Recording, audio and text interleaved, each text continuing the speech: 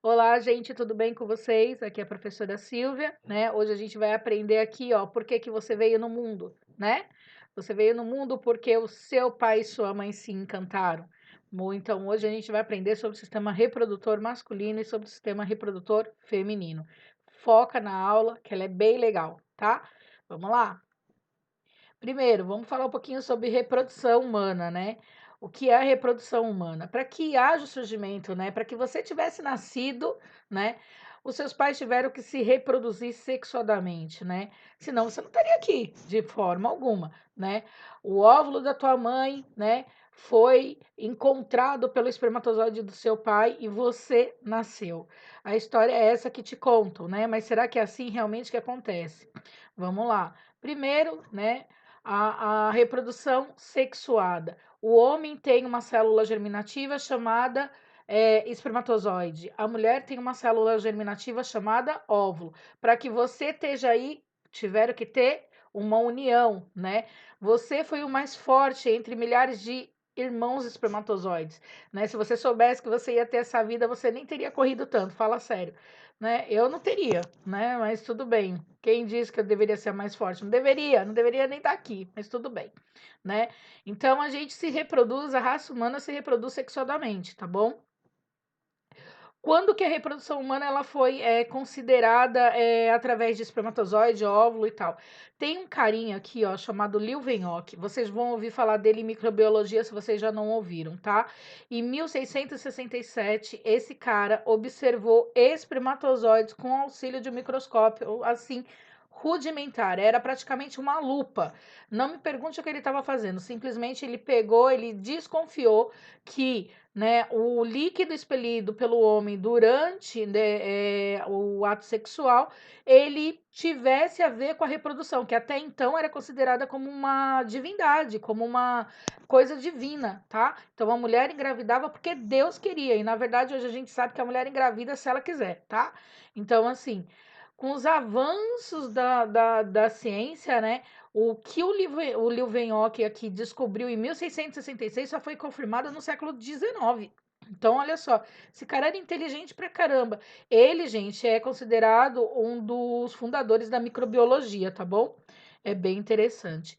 Vamos dar mais uma olhada aqui, ó, né? Espermatozoide, vamos dar uma olhada aqui, né? A corrida dos espermatozoides ao óvulo, passa a primeira camada do óvulo, né? Você aqui, ó, tentando penetrar, ganhar vida, né?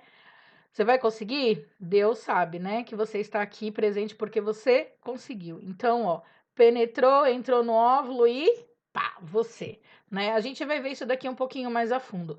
Eu vou deixar um vídeo aqui da formação do ser humano, tá bom? Então, assiste esse vídeo, ele é bem interessante, ele deve ter uns 12, 13 minutos, mas assim, ele explica muita coisa. Ele é da National Geographic, se eu não me engano, mas ele é bem legalzinho, tá? Então o vídeo eu vou deixar aqui. Assiste ele. Vamos focar no ser humano. Vamos falar então do aparelho masculino primeiro e do feminino depois. Então foca aqui, tá? Aparelho, sistema reprodutor masculino. Você sempre ouviu falar que a mulher é um bicho complicado. Hoje você vai ver que é o homem, tá? A mulher não tem nada de complicado. O nosso aparelho reprodutor, ele é simplesmente simples. O do homem não, tá? O aparelho reprodutor do homem, então, o sistema genital masculino, ele é composto de escroto. Olha quantas vezes você chamou uma pessoa de escroto e nem sabia o que era, né? Pênis, que é o externo, testículo, epidídimo, ductos deferentes, glândula bulboretral, também chamada como glândula de Cooper, tá? Próstata, vesícula seminal e uretra. Então, olhando aqui, né? Aqui eu tenho a bexiga, né? Então, ó, vamos começar pelo caminho. Testículo, epidídimo, tá em inglês, tá, gente? Mas ao passar das imagens, vocês vão ver que tá em português. Então, ó, testículo, epidídimo, ducto deferente, vesícula seminal, glândula da próstata, né? A glândula bulboretral, certo?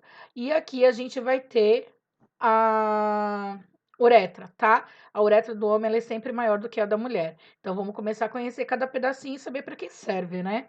Para você, menino, que achava que isso daqui era só, né, um brinquedo, não é, tá? Isso daqui tem sentido, vamos lá. Então, ó, Aqui a gente tem a vista do aparelho reprodutor com todos, né, os componentes, e a gente vai ver cada um então por si, certo? Para quem tiver curiosidade, isso daqui repete acho que 2 vezes nesse vídeo. Vamos falar primeiro dos testículos, o que você chama de bola, né? E não é uma bola, é chamado de testículo. O testículo são as glândulas sexuais masculinas.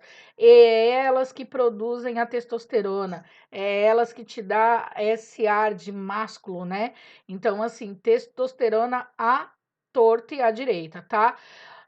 Os testículos, geralmente, eles ficam para fora do corpo. Aonde que eles ficam? Eles ficam numa seculação chamada escroto, que nada mais é do que uma bolsa. Então, quando você chama alguém de escroto, você está chamando a pessoa de bolsa. Olha que loucura, né? Cuidado, né? Para a pessoa pode ser um adjetivo, um adjetivo muito bom, tá? A bolsa escrotal. A bolsa escrotal ela é uma circulação pendente na junção entre o períneo, tá? Então é a região lá perto do ânus, né? E próximo que vai seguindo para frente, né? Até chegar mais ou menos à região da abdominal inferior. Então é a parte de trás aqui da parte da bolsa escrotal, tá?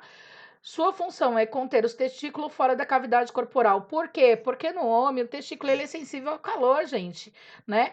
Se ele ficar dentro do corpo masculino, o homem fica infértil. O testículo ele tem que ficar para fora, né? Ele tem que ficar para fora do corpo. Por que ele tem que ficar para fora do corpo? Porque ele tem que ter a temperatura ideal 2 graus abaixo da temperatura masculina. Então, por exemplo, se o homem tem 37 graus no corpo, lá embaixo no testículos, né? Tem que estar o quê? 35. Se não tiver 35, ele não reproduz bem, tá? Então, o saco, né, como é chamado, a seculação aqui, né, ou a bolsa escrotal, ela tem essa função, então, de manter aquela região mais fresquinha, né? Por estar com uma temperatura um pouco mais baixa, ela pode apresentar uma reação, que é aquela coceira, né, que os caras ficam coçando 1 hora o saco, gente, eu nunca vi tanta coisa. Ela pode causar essa reação também, tá? Epidídimos, temos os epidídimos, que são essa estrutura aqui em cima do testículo, tá? O epidídimo, galera, nada mais é do que uma estrutura em formato de C. Ele é composto de um monte de ductos, né? Testiculares. O que é a função do epidídimo? O testículo, ele produz o espermatozoide. Só que o espermatozoide produzido aqui no testículo, ele é um espermatozoide imaturo. Ele tem que madurar, né? Ele tem que amadurecer. O que acontece? Depois de formado, ele vai aqui pro epidídimo para poder ganhar a cauda, para que ele possa nadar, né? Que ele possa se movimentar. Então, o que é feito? Ele fica ali por uns 3 dias nessa região do epidídimo, né, onde ele é nutrido, onde ele recebe a cauda, e depois de 3 dias ele tem que sair daqui, ele não pode ficar aqui, que é a nossa próxima estrutura que a gente vai ver, tá? Peraí, deixa eu ver, epidídimo, sim, tá? Só para poder falar para vocês, deixa eu ver aqui, ó. Acho que tem, Silvia, tem. Aqui, ó, testículo humano, né, de um adulto, de um homem adulto. Então, ó, eu tenho o testículo aqui eu tenho as entradas dos ductos, né, testiculares, tá? Então, aqui eu tenho a cabeça do epidídimo, que é a região mais grandinha, né, maior, perdão, mais grande não existe, maior. Eu tenho o corpo do epidídimo, né, que é essa parte aqui do B, o corpo do epidídimo. Eu tenho a cauda do epidídimo e depois eu tenho o vaso deferente, que é o que vai levar o meu espermatozoide até onde ele vai ficar repousando até o homem ter uma ejaculação, tá bom? Então, ó, o espermatozoide é formado aqui no testículo, ele vai para o epidídimo, fica ali cerca de 3 dias, é nutrido, ganha cauda, sai do epidídimo e vai pegar o ducto deferente. O ducto deferente nada mais é do que um canal, ó, extremamente longo que desemboca, né? Ele que se comunica tanto com a vesícula seminal e com a próstata, tá? Então, ó, isso daqui é importante a gente poder entender. O que acontece? Então assim, ó, saiu do epidídimo, o espermatozoide sai do epidídimo e vai ser conduzido até chegar aqui na vesícula seminal. A vesícula seminal, ela também tem uma comunicação, então, com a glândula próstata, né? Então, a partir daqui, ó, eu já tenho a comunicação também com o canal uretral. Então, isso daqui é importante, vamos entender, tá? A vesícula seminal, ela já tem os espermatozoides maduros. Por isso que quando a gente fala de coito interrompido, isso daqui não funciona. Por quê? Quando o homem ele tá numa relação sexual, antes dele começar a relação sexual, que a gente vai entender, tem uma glândula chamada glândula bulboretral, também conhecida como glândula de Cooper. A glândula, né, ela secreta uma secreção aqui lubrificante que limpa a uretra. Então, quando ela limpa a uretra, aqui, como eu tenho espermatozoides, na hora que ela tá limpando, ela também leva espermatozoide. Então, durante toda a relação sexual, o homem ele tá liberando espermatozoide, né? Por quê? Porque ele tá limpando a uretra. Ele não precisa ejacular dentro de você para você engravidar, menina. Então, assim, toma cuidado com isso. A gente vai entender um pouquinho mais lá na frente. Eu vou explicar um pouquinho melhor, tá? A vasectomia, né? O homem, para fazer a esterilização masculina, né? Ele tem que fazer uma secção no ducto deferente. Por quê? Então, ó, testículo, né? Epidídimo, eu vou cortar exatamente o canal que leva o espermatozoide maduro até a vesícula seminal. Quando eu faço isso, eu interrompo a passagem do espermatozoide. Você pode até se perguntar, mas e aí? O que vai acontecer com o espermatozoide que ficou aqui? Ele vai ser absorvido pelo corpo, tá? Então, assim, eu faço a vasectomia cortando aqui o ducto deferente. Eu impeço, né, a ligação desse espermatozoide com a uretra. Isso daqui, gente, é importante. Outra coisa que é importante, a partir do momento que o homem ele faz vasectomia, ele não tá estéril, tá? Ele tem que ejacular pelo menos 30 vezes com proteção e refazer depois de 30 vezes o exame do espermatozoide, o espermograma. Se tiver uma quantidade ainda contável, né,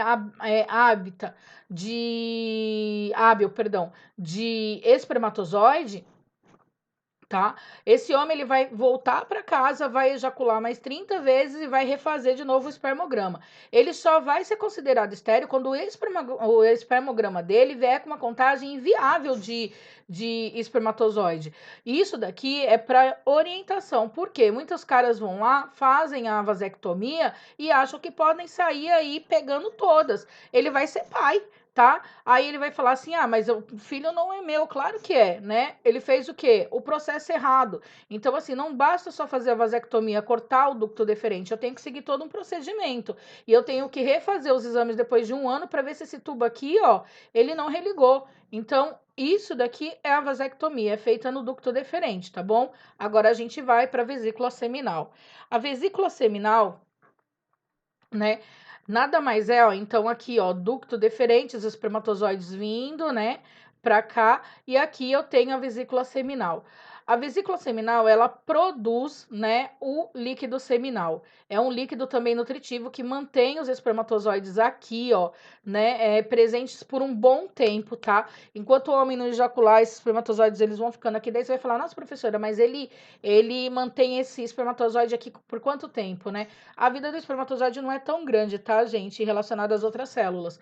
Mas os que vão morrendo vão sendo absorvidos de novo pelo corpo, tá? Mas enquanto eles estiverem aqui, eles vão serem nutridos pela vesícula seminal. Não só pela vesícula seminal, também pelo líquido prostático, porque esse líquido prostático, ele também nutre os espermatozoides, porque a próstata, ela também tem essa responsabilidade nutritiva, tá? Uh, Aqui, né? Aonde que eles estão? Localizados bem abaixo da bexiga. Então, aqui eu tenho a bexiga e estão localizados bem aqui, né? Aqui, então, tá a vesícula seminal. Aqui, ó, se você der reparar na ponteira do mouse, né? Você vai ver que aqui, ó, bem aqui nessa pontinha, eu já tenho a minha uretra. É o início do meu canal uretral, tá? Então, assim, olha como a comunicação ela é íntima, tá? Então, temos que tomar cuidado. As vesículas seminais fabricam líquido viscoso que protege os espermatozoides, alimenta e facilita o seu deslocamento. Então, para ele ali é só o quê? Nadar, tá? A próstata. A próstata, ela é uma estrutura única, a gente tem aqui a próstata, tá? Única situada perto da vesícula seminal e por debaixo da bexiga. No seu interior da próstata, né, tá os canais deferentes que desembocam, né, na uretra, é verdade, ó. Canal deferente, né? Eu tenho 2 canais deferentes, quer dizer, você, homem, eu não tenho nenhum. Vocês têm 2 canais deferentes porque vocês têm 2 testículos, então vai vir 2 canais, né, em uma única vesícula, tá? Perdão, em 2 vesículas e uma única próstata. Então, ó, vamos lá. A próstata produz líquido, né, que protege, alimenta e facilita a mobilidade do espermatozoide. E a glândula de Cooper, ela não aparece aqui. Deixa eu ver se eu tenho uma imagem da glândula de Cooper. Eu acho que eu tenho aqui, ó, peraí. Deixa eu mostrar para vocês. É que eu tirei. A glândula de Cooper é essa daqui, ó, tá? A 13. Olha onde ela tá. Ela tá bem abaixo da próstata, tá? É ela que produz o líquido lá, que limpa, né? Tira a acidez da urina. Graças a Deus, o homem, quando ele ejacula, né? Ele não urina ao mesmo tempo. Então, o que que acontece? Se o homem,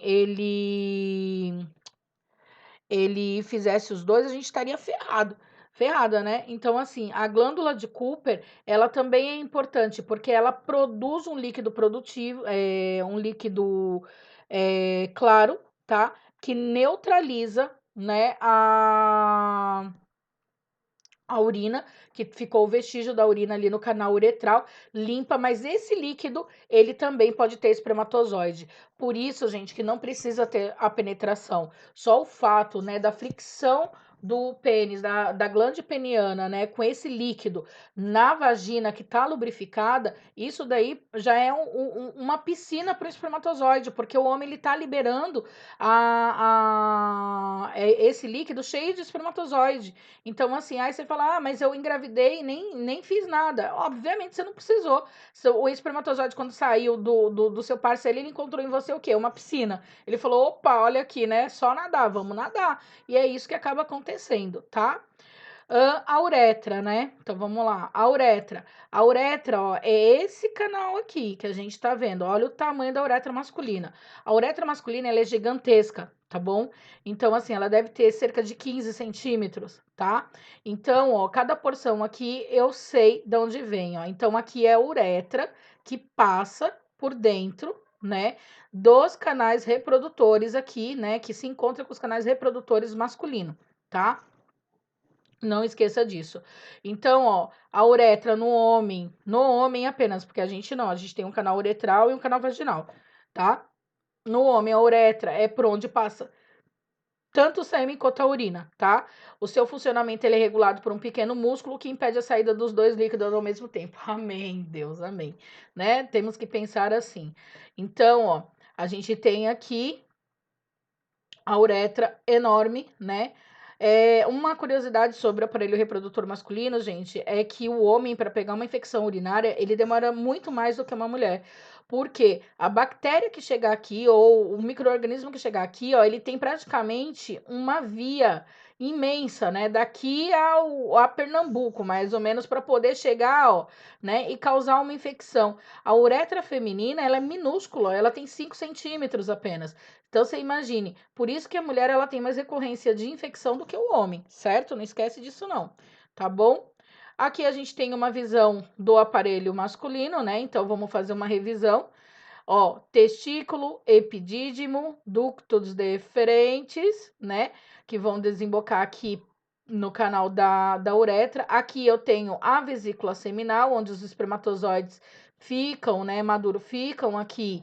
É, armazenado, eu tenho a próstata, que dá o líquido prostático, também nutre, né, os espermatozoides. Eu tenho a glândula de Cooper ou glândula bulburetral, que nutre, né, que nutre não, que limpa a uretra antes da ejaculação, né, e eu tenho o pênis. Falando do pênis, tá? Deixa eu ver aqui, vamos lá. Falando do pênis, o pênis do homem, né, qual que é o tamanho ideal do pênis de um homem? Você vai falar assim, a professora, vai lá que tiver. Mentira, não é isso, tá? Brincadeira, gente. O pênis do homem, ele tem que, normalmente, né, tem de cerca de 15 centímetros ou até um pouco mais, 17, 18 centímetros, tá? O que que acontece? A estrutura peniana, ela é composta, então, da glande, do prepúcio, se me escrever crepúsculo na prova, eu mato, tá? É prepúcio, tá bom? Então, ó, a glande peniana, que o homem chama de cabeça, vamos lembrar que, né, pênis não tem cabeça, tá? Ele só tem a glande peniana. Aqui a gente tem o prepúcio, né? E aqui a gente tem o corpo do pênis, que seria composto do corpo cavernoso, tá? E também do que acomoda o corpo cavernoso, certo? Que tem aqui dentro a uretra, tá bom? Então, assim, são esses corpos cavernosos que, quando estão cheios de sangue, que faz com que o pênis ele fique ereto. Vamos lembrar também que aqui eu tenho um músculo, tá? Esse músculo ele pode fraturar durante a relação sexual, e isso depende muito da posição do ato sexual.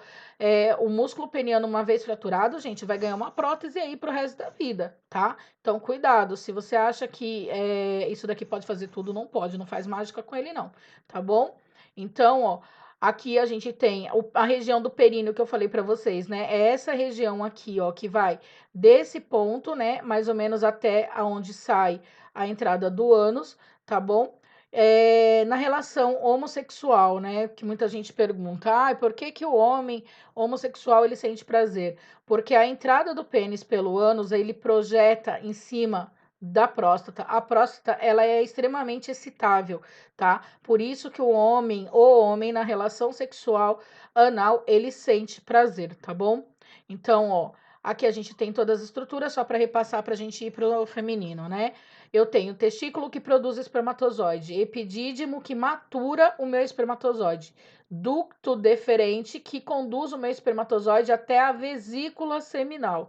Vesícula seminal mantém o espermatozoide viável, junto com quem? Com o líquido prostático. As duas nutrem, tá? O espermatozoide para que esse, quando houver a ejaculação, eles estejam viáveis, né? Aqui eu tenho a glândula bulboretral. A glândula bulboretral secreta um líquido transparente que limpa o canal da uretra. A uretra tem mais ou menos 15 centímetros no homem, tá? Durante a relação sexual, o que que acaba acontecendo? Na hora da ejaculação, a próstata se contrai, né? E acaba conduzindo o espermatozoide aqui pelo canal, né? Ejetando ele para fora. Para que haja uma ereção, os corpos cavernosos, né? O corpo cavernoso do pênis, ele tem que estar com fluxo de sangue sanguíneo, de sangue sanguíneo não, de sangue contínuo, tá? O homem, ele tem a glande e ele tem o prepúcio. Em algumas pessoas, o prepúcio ele tem que ser retirado, que é chamado de fimose, certo? Também aqui a gente tem o músculo, né, peniano, que se fraturado, ele nunca mais vai voltar a ser o mesmo, certo? Masculino, ok. Vamos pro reprodutor feminino. Feminino, gente, é tão lindo de ver. Feminino só tem 4 estruturas. Olha que lindo: vagina, ovário, tubas uterinas e útero. Como que podem chamar, ter a dignidade de falar que a gente é um bicho complicado, né? Não podem. A gente é um bichinho o quê? Simples. Só que a gente tem o quê? Sentimento. Fala aí, né? Então, ó, sistema genital feminino. A gente tem aqui a entrada da vagina, né? O colo do útero, né? O canal uterino, o útero em si, que é em formato de pera invertida, as tubas uterinas e o ovário. O ovário, se você reparou lá no vídeo no começo, né? O ovário, ele não aparece, mas as tubas uterinas, elas aparecem. As tubas uterinas lá, elas têm como se fosse cílios, que são batimentos ciliados, que a gente fala que aquilo ali nada mais é do que peristaltismo, é um movimento de peristáltico. Quando ele pega o óvulo, ele começa a bater aqueles cílios, né, para levar o óvulo até uma posição onde ele possa ser fecundado, tá bom? Aí você vê que o óvulo ele é fecundado na tuba uterina e depois ele rola, né? Ele vem em movimentos, né, empurrados até o útero onde ele é implantado, certo? Eu preciso desses batimentos peristálticos? Preciso. Uma vez que o óvulo é fecundado na tuba uterina e ele não consegue ser conduzido por algum erro, né, até o útero, eu tenho a gravidez nas trompas. A gravidez nas trompas, gente, ela leva a mulher a óbito, né? Porque aqui, você imagine, eu tenho um ser crescendo, né, dentro de um lugar onde não é elástico, não tem elasticidade, não tem capacidade de acoplar aquela estrutura. O que ele faz? Ele rompe. E quando ele rompe, ele sangra pra caramba, tá? É muito comum a gente ver, às vezes, gravidez aqui tubária. Isso é um perigo. Vamos entender um pouco o corpo feminino. Vagina e ovários, né? A vagina é a estrutura externa. Vamos ver aqui. Peraí, que eu vou ter que voltar porque eu esqueci da imagem. Desculpa aí, gente.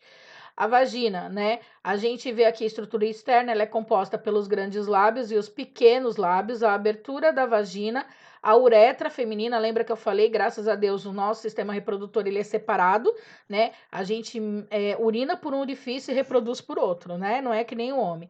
O clítoris, que é a parte excitável da vagina, fica aqui em cima, né?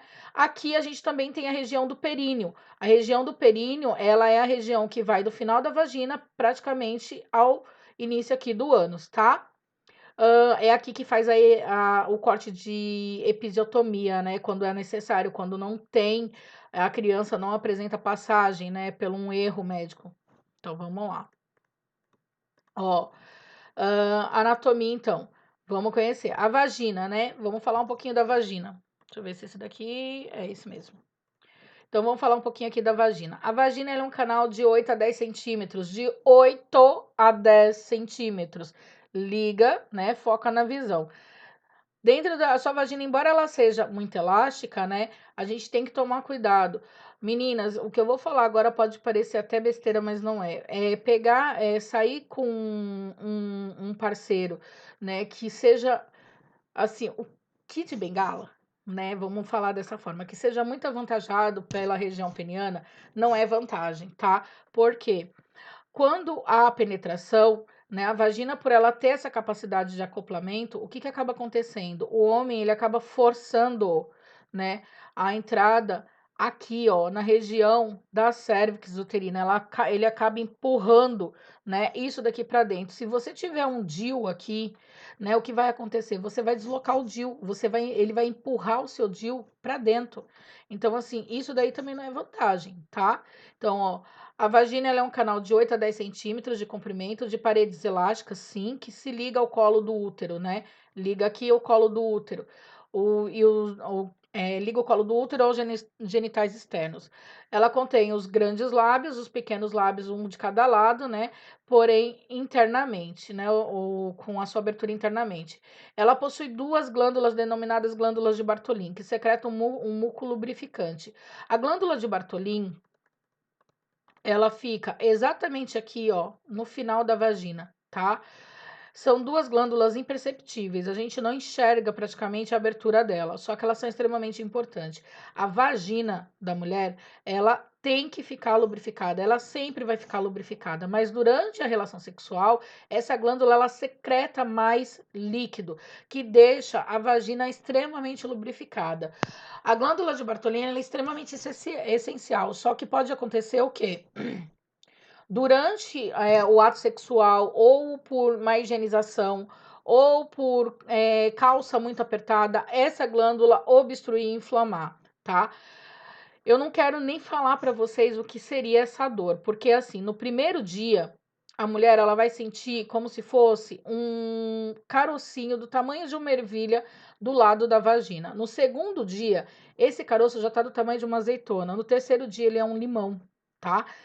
A mulher ela sente uma dor assim insuportável, ela tem que ir no médico para poder drenar. Só que lá dentro já não tem mais líquido, tem pus. Eu vou deixar um vídeo aqui para vocês sobre que mostra a drenagem de uma glândula de Bartholin para vocês entenderem. Então, assim, não é fácil, gente, não é uma estrutura assim tão fácil de lidar. Só para vocês terem noção, anestesia para poder tirar, porque geralmente o esvaziamento da glândula de Bartholin é feito no consultório médico mesmo, tá? Não vai para o centro cirúrgico, a não ser que seja para retirar a glândula, porque ela tá dando muito problema. O que acontece ali? A anestesia praticamente ela não pega, porque é um tecido inflamado. Então o médico ele acaba fazendo uma incisura praticamente a frio, né, para poder drenar. Eu acho que a dor da incisura com a dor do alívio, uma acaba anulando a outra, tá? Mas não leva ponto, a mulher não leva ponto depois que faz a abertura da glândula de Bartholin, muito pelo contrário, ela sai lá de lá com um dreno chamado dreno de Penrose, né? Ela vai para casa e ela retorna depois de uns dias para ver como que ficou aquilo, para poder terminar de drenar. A única coisa que eu tenho que falar para vocês, inflamou uma vez, vai inflamar sempre, tá? Então, assim, cuidado. Às vezes até a fricção da glândula peniana em cima dessa estrutura acaba fazendo essa inflamação. Os ovários são as glândulas, né, reprodutoras femininas, né, que é a gônada feminina, que produz também o estrógeno e a progesterona, os dois hormônios aí que a gente enlouquece, né, chamado hormônios sexuais femininos. Os ovários, anatomicamente, eles estão fora do aparelho reprodutor feminino. Eles não pertencem, né, à estrutura todo o arcabouço aqui, ó, reprodutor. Embora eles façam parte, eles estão do lado de fora. Então, como que ocorre a ovulação? Todos os meses, os dois ovários recebem estímulos, tanto esse quanto esse, né, para poder amadurecer um óvulo. O estímulo ele é feito em cima de vários óvulos, vários óvulos. Então, assim, o ovário ele até cresce um pouquinho de tamanho. O que vai acontecer? Um desses óvulos ele vai dar início ao processo de amadurecimento, né? Ele vai ser aquele que é o pioneiro, tá? Então, o que que acaba acontecendo? Ele acaba amadurecendo, né? Eclode e vai para o espaço aqui que a gente chama espaço intersticial, né? Esse espaço faz com que os prolongamentos da tuba uterina, né, que a gente chama de. Eu esqueci o nome agora, não é? É o prolongamento de Falópio, gente. Eu esqueci o nome, tá? Ele pega. Então, o ovário foi eclodido. O ovário não, o óvulo foi liberado do ovário, né? Então, ele fica nesse espaço. Então, o que que faz? As trompas de Falópio, prolongamento da tuba uterina, né? Ele faz esse movimento aqui, ó, até ele pegar e capturar o óvulo. Quando ele captura, ele leva o óvulo para dentro da tuba uterina e conduz o óvulo até um posicionamento aqui, né, na tuba uterina para que o espermatozoide chegue até ele, tá? A gente pode ovular dos dois ovários ao mesmo tempo? Sim, né? Você pode ter uma gravidez aí gemelar, não univitelina, porque você ovulou de um ovário, né, ao mesmo tempo. Geralmente, dos dois ovários ao mesmo tempo. Geralmente, a mulher, quando ela ovula, esse mês ela ovula, por exemplo, do ovário direito e no mês que vem do esquerdo. Geralmente é isso que acaba acontecendo, tá? Mas pode ter um erro. Você pode ser um erro genético e decidir o quê? Ovular duas vezes, né? Isso pode acontecer? Pode, tá? Anatomia, né, do sistema. Então, aqui a gente tem a vagina, o colo, quer dizer, a entrada da vagina, a vagina, né, a cervix, o colo uterino, o canal do útero, né, o útero, as tubas uterinas e os ovários, tá? As tubas uterinas, ó, então, ó que bonitinha. Elas são lindas. E os prolongamentos dela, tá? Que eu esqueci o nome agora, eu não vou lembrar, mas eu deixo aqui no vídeo para vocês. E aqui está o ovário fora da estrutura. As tubas uterinas são dois ductos, né? Eu tenho tuba direita e tuba esquerda, que unem o ovário ao útero. O seu epitélio ele é formado por células ciliadas, lembra as células que a gente viu lá levando o óvulo, né? Bonitinho. E essas células elas apresentam um batimento, né? Que são um batimento microscópico, que são movimentos peristálticos. Então, assim, a tuba uterina, a função dela é impelir, é carregar, né, o gameta feminino praticamente até o útero, tá bom? Se não houver fecundação, gente, se não houver fecundação, esse óvulo ele vai ser absorvido pelo corpo. Quem mantém o óvulo é viável, né? Lembra que eu falei para vocês que aqui no ovário tem vários estímulos, né? Então, quando o óvulo ele sai do ovário, ele deixa lá um negócio chamado corpo lúteo. E é esse corpo lúteo que mantém o óvulo viável, né, até que ele possa por um período de tempo, tá, gente? Até que ele seja fecundado. Não foi fecundado, o corpo lúteo ele tem que ser reabsorvido pelo ovário. Não foi reabsorvido, como que fala? Não foi reabsorvido, né? Esse corpo lúteo, ele cristalizou, vamos colocar assim, eu não lembro, hoje eu tô ruim. Ele cristalizou, ele vai fazer o quê? Ele vira uma coisa que a gente conhece como cisto. Então a gente vai começar a ter ovário policístico, tá bom? A laqueadura ela é feita em cima das tubas uterinas, né? A gente tem aqui as tubas uterinas bonitinhas, onde se corta, hoje se corta, antigamente se laqueava amarrando as tubas, mas o algodão utilizado na época, ele era reabsorvido pelo corpo feminino e acabava, né, dando problema. Hoje a tuba uterina, ela é cortada. Existe caminhos no nosso corpo que nem Deus explica. Tem pessoas que mesmo após fazer a laqueadura, elas acabam religando a tuba, né? Fisiologicamente, gente. Então, assim, a tuba e a vasectomia, elas são métodos cirúrgicos contraceptivos, né? Definitivos. Mas pode haver de você ser o único ser da face da Terra que religue, né, a tuba uterina, tá bom? Por isso que depois que se faz a laqueadura, tem que se fazer um acompanhamento para ver se tá tudo ok, tá? O útero. O útero é o que a gente está vendo aqui em formato de pera invertido, tá? Ele é um órgão oco situado na cavidade pélvica anterior à bexiga, então ele fica na frente da bexiga, né? E posterior ao reto, então ele fica atrás do reto, certo?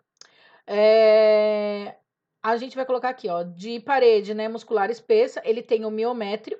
O miométrio é essa parede aqui que a gente tá vendo rosada maior, tá? E ele tem o endométrio, que é um tecido glandular, tá? Que é extremamente vascularizado e é ele que descama todos os meses na forma de menstruação, tá bom? O fundo do útero, né, é a parte de cima, aqui que a gente tá vendo, tá? Deixa eu ver, ele tem, ó, o perimétrio, que seria a continuação aqui. Então, a vagina, o revestimento da vagina é feito por um tecido chamado perimétrio. O miométrio é o que compõe, né, a musculatura do útero, né? O endométrio é o tecido glandular vascularizado que reveste todo o nosso útero. O endométrio, gente, ele pode invadir, ó, a tuba uterina, levando, né, a endometriose. Lembra que aqui, ó, no final aqui da tuba uterina, ela não tem um fechamento. Então, esse tecido ele pode vazar para esse espaço, né? E fazer uma ligação com outros tecidos, por exemplo, intestino. Geralmente, a pessoa que tem endometriose, ela tem adesão do tecido do endométrio ao intestino. Olha só, e dói muito. Por exemplo, ela reclama muito de dor ao evacuar, tá? Como se fosse cólica. O sistema reprodutor feminino em vista longitudinal, né? Aqui, então, a gente tem a região do períneo, a entrada da vagina, né? Os pequenos e os grandes lábios, a uretra, o clítoris, ok? Aqui em cima, a gente tem a região do pudendo, o canal vaginal, tá? Aqui o útero, as tubas uterinas e o ovário. Então, assim, não é muita coisa, tá? Então, não fiquem assim é, desesperados. A prova em relação a esse sistema ele é bem tranquilo, tá bom? Aqui, novamente, a região, né, que a gente já tinha visto. E por hoje é só. Então, assim, obrigada por me acompanharem. Faça os exercícios relacionados a esse tema que está na apostila, por favor, tá? A aula, assim, acho que ela foi bem explicativa. Se não foi, ficou dúvida, me chame no Zap, tá bom? Daí, se quiser uma chamada de vídeo também, pode me chamar que a gente tá aí para tirar dúvida. Fiquem com Deus, até a próxima aula. Tchau, turminha.